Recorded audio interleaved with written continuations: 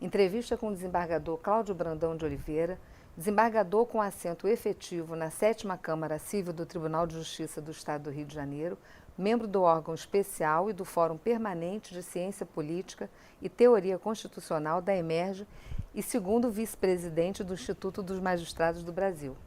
Tema: Controle da Administração Pública. Quais são os instrumentos de controle da administração pública no Brasil? Olha, é muito importante até começar a tratar desse tema, enfatizando que não há atividade proveniente do Estado que seja imune a controle. Isso é da essência do próprio princípio republicano. Tá? Ou seja, todos os órgãos e agentes públicos, de alguma forma, eles estão sujeitos a controles, e esses controles, tá, têm como fundamento a Constituição. Especificamente a administração pública, quer dizer, na verdade, quando se fala em administração pública, a referência é ao desempenho de uma das funções do Estado, que é a função administrativa. Essa função ela foi atribuída na Constituição predominantemente aos órgãos do Poder Executivo. Porém, o Poder Judiciário e o Poder Legislativo, eles têm uma autonomia administrativa prevista na Constituição. Então, quando se fala em administração pública, a referência não é só a atuação do Poder Executivo, mas também do Poder Judiciário e dos órgãos do Poder Legislativo, quando eles estiverem desempenhando a atividade administrativa do Estado. Nos últimos tempos, há uma ênfase maior ao controle da administração pública no que diz respeito à atuação do Poder Executivo, até porque o Brasil vive um momento muito singular, tá, no qual há um processo muito intenso de apuração de irregularidades, de crimes que foram sendo cometidos na gestão, tá, do Poder Executivo. É um momento muito importante e que eu espero que o Brasil, tá, saia dele mais fortalecido, que a sociedade brasileira saia mais fortalecida e que fatos semelhantes ao que ocorreram não se repitam mais, ou que não se repitam com tanta intensidade ou com tanta frequência como eles ocorreram. E aí, tratando especificamente dos instrumentos de controle, a Constituição ela prevê que a atividade administrativa do Estado, a função administrativa, ela vai estar sujeita a várias formas de controle. Há um controle exercido pelo Poder Judiciário, há uma possibilidade. E o porquê da possibilidade de controle do Poder Judiciário em relação à atuação do Poder Executivo, por exemplo? É porque há também na Constituição um sistema de controle recíproco entre os poderes, chamado pela doutrina de sistema de freios e contrapesos. E o papel do Poder Judiciário no controle sobre os outros poderes é exatamente esse, tá? A atividade de controle da legalidade e da constitucionalidade dos atos praticados pelos demais poderes. Então, a administração pública ela se submete a um controle do Poder Judiciário, ela se submete a um controle parlamentar, ela se submete a um controle popular, ou seja, nós temos na Constituição vários tipos de controle que podem atingir a atividade administrativa do Estado. Vossa Excelência poderia explicar as diferenças entre os mecanismos de controle interno e externo? O controle interno, o próprio nome já está dizendo, é o controle que deve ser feito pela própria administração. Tá? Então, é preciso que os poderes, tá, eles desenvolvam mecanismos de controle interno da sua atividade administrativa. Então, são órgãos de auditoria, são órgãos de controle interno. O controle interno ele visa, primeiramente, prevenir a possível prática de irregularidades no âmbito da administração pública. Ele tem um conteúdo preventivo, mas ele também pode ser repressivo. E o controle interno tem uma peculiaridade. Ele atinge não só as questões relacionadas à legalidade, mas também ao mérito, ou seja, a administração pública ela controla a legalidade dos seus atos e controla o mérito, ou seja, a ideia de oportunidade, de conveniência. E nesse aspecto, tá, do controle interno é muito importante a figura da hierarquia, ou seja, toda a estrutura da administração ela é hierarquizada, de forma que uma autoridade ela pode controlar atos praticados por agentes públicos subordinados a essa mesma autoridade. A ideia do controle interno é exatamente essa. Já o controle externo, também o nome já está indicando, quer dizer, um controle feito por órgãos que não fazem parte daquela estrutura que está sob controle. Ao controle externo exercido pelo Poder Judiciário, eu me referi ainda há pouco, tá?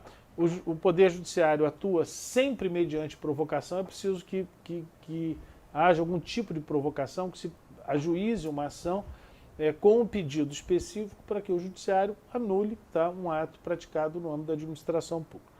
O controle judicial é um controle essencialmente de legalidade, tá? De legalidade ou de constitucionalidade. E essa é a vertente do controle externo feito pelo Poder Judiciário. E há também o controle parlamentar, que é um controle externo feito pelo Poder Legislativo. A Constituição brasileira, ela prevê algumas situações nas quais o Poder Legislativo pode controlar a atividade administrativa do Estado. Então, comissões parlamentares de inquérito, convocações de autoridades, são medidas que podem ser tomadas pelo parlamento visando o controle da administração pública. Como se dá o controle judicial da administração pública e quais os limites de atuação do Poder Judiciário? O controle judicial, eu acabei já falando um pouco sobre isso, é um controle, primeiro, vai ser exercido sempre mediante provocação. Preciso que haja propositor de uma ação. E quais são os principais instrumentos de provocação do Poder Judiciário com essa finalidade? O mandado de segurança, tá? Sempre que uma atividade administrativa, de alguma forma, violar ou ameaçar o direito líquido e certo de alguém. Uma ação civil pública, e hoje é muito comum a propositura de ações dessa natureza visando o controle da atividade administrativa do Estado. A ação civil pública, ela tem como principal legitimado o Ministério Público, ele não é o único. Tá? A Lei 7.347 de 85 prevê alguns outros legitimados, mas sem dúvida nenhuma o principal legitimado é o Ministério Público. E a ação civil pública é uma ferramenta muito interessante para se buscar o controle judicial da atividade administrativa do Estado. E ainda, a ação popular pode ser proposta por qualquer cidadão, tá? Então, são alguns dos exemplos de ações que podem ser propostas com pedido específico, tá, para o controle judicial da atividade administrativa. Em relação ao limite, o grande limite é o chamado mérito administrativo, ou seja, o Poder Judiciário ele não pode interferir num campo próprio de decisão que foi reservado para a administração pública. Então, existem decisões que só podem ser tomadas pelo administrador. E não é possível substituir a vontade do administrador pela vontade do juiz. Então, o uso correto da discricionariedade administrativa, esse é o limite do controle judicial. Agora, qualquer ilegalidade, qualquer abuso, tá, qualquer medida desproporcional, ou que de alguma forma venha a atingir o direito de uma pessoa, o Poder Judiciário estaria constitucionalmente autorizado a intervir.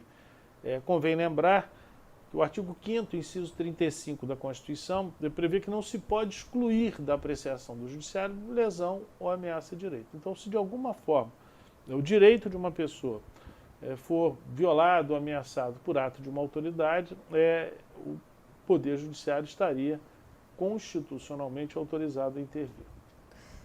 Situando-se os meios específicos, como a ação popular, como Vossa Excelência acabou de citar, que meios de controle judicial estão acessíveis a todos os administrados e como a população pode utilizá-los quando se sentir lesada? A ação popular a que eu me referi é uma dessas formas. Tá? O artigo 5º, inciso 73 da Constituição, prevê que qualquer cidadão, tá, pode ajuizar uma ação popular para anular ato lesivo ao patrimônio público ou de entidade de que o Estado participe, a moralidade administrativa, o meio ambiente, o patrimônio histórico-cultural. Então, a ação popular é uma grande ferramenta. Tá? E, através da ação popular, o cidadão, que para esse efeito é o eleitor, ele já pode ajuizar essa ação pedindo ao Judiciário que faça o controle. Sendo que a Constituição, ela preservou o autor popular do pagamento de custas ou de honorários de sucumbência, se eventualmente for julgado improcedente o pedido dele. Agora, se uma pessoa não desejar ajuizar diretamente a uma ação, e se o direito, a questão em si, for do campo de atuação do Ministério Público, qualquer pessoa pode representar junto ao Ministério Público, noticiando fatos que de alguma forma podem ensejar a propositura, por exemplo, de uma ação civil pública. Então, ou o administrado diretamente vai ao judiciário, tá, ajuizando uma ação popular, ou ele pode representar junto ao Ministério Público, pedindo que o Ministério Público, através de uma ação civil pública, tente judicialmente controlar a administração.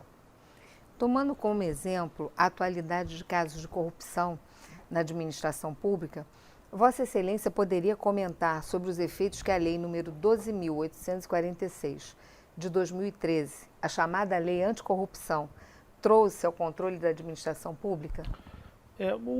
A questão da corrupção, ela sempre foi trabalhada no campo penal, não é isso? Na verdade, essa lei, a 12.846, ela trouxe a questão da apuração também da questão de corrupção no âmbito de pessoas jurídicas, já que a pessoa jurídica ela não é. A pessoa jurídica é uma ficção, não é isso? A pessoa natural, tá, gente? Então, qual o desdobramento da questão da corrupção para pessoas jurídicas que não respondem penalmente por isso? Tá? Então, é o que a lei tratou, tá? Dos desdobramentos jurídicos, tá? Em relação as pessoas jurídicas envolvidas em casos de corrupção. E a gente está num momento, repito, muito singular, no qual muitas pessoas jurídicas, parte das maiores pessoas jurídicas, né, das empresas, né, brasileiras, estão envolvidas em casos de corrupção. E aí é exatamente essa lei que vai tentar buscar o ressarcimento pelo prejuízo que elas causaram. Essa lei vai dar condições para que as próprias empresas, tentando sobreviver, adotem mecanismos, tá, nos quais elas vão assumir compromissos de que novamente não vão participar de escândalos como esse, e a chance que essas empresas têm de continuar sobrevivendo, tá, num mundo competitivo como esse, até porque a caracterização de que elas participaram, tá, de um ambiente de corrupção, isso já é suficiente para que elas sejam declaradas inidôneas. E a declaração de inidoneidade retiraria delas a possibilidade de celebrar contratos com a administração ou participar de licitações. Então, essa lei, ela cria um ambiente no qual se revele possível recuperar essas empresas, tá? Recuperar parte ou o dinheiro desviado e ainda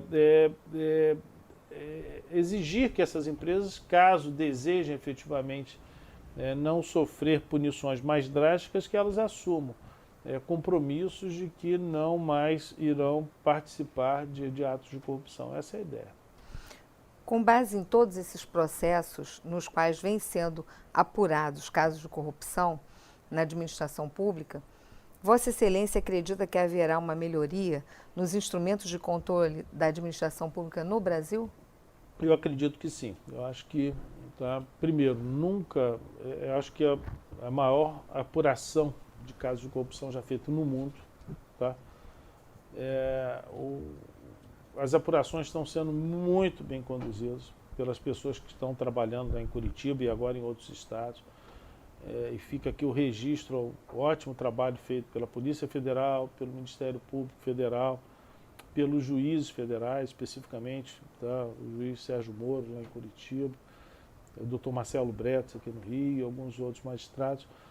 A coisa está sendo muito bem conduzida. Tá? O Tribunal Regional Federal, que vem apreciando os recursos. Então,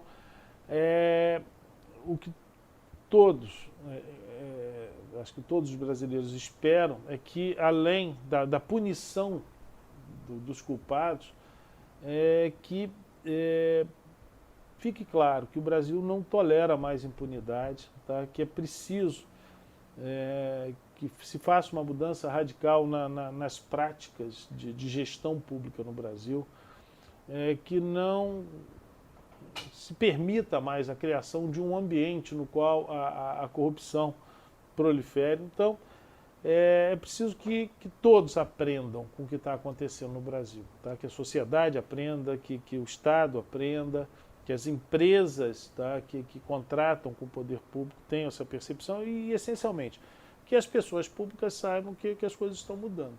Tá? E, efetivamente, eu acho que estão, porque nunca, tá, tantas pessoas que tiveram, que exerceram poder, responderam com tanta intensidade, e muitos até privados da sua liberdade. Isso nunca foi feito no Brasil. Tá? Então, eu acho que é preciso que aqueles que ficarem tentados a fazer alguma coisa errada, eles saibam que as coisas estão mudando, que a sociedade brasileira não tolera mais, tá, um ambiente de corrupção como imperou no Brasil. Vossa Excelência, eu gostaria de acrescentar alguma coisa a Não, eu esse queria tema? muito agradecer a oportunidade de ser ouvido, tá, a gentileza, tá, do Instituto de Magistrados do Brasil e, tá, dizer que, como cidadão e como brasileiro, eu fico muito esperançoso, tá, de que as coisas melhorem no Brasil e que a administração pública, tá, de todas as esferas de governo, de que a administração pública acabe primando por bons resultados, tá, resultados eficazes, e num ambiente, tá, em que prepondere a ética e a moralidade. É o que eu desejo. Muito obrigada. Eu que O IMB agradeço. agradece. Muito obrigado.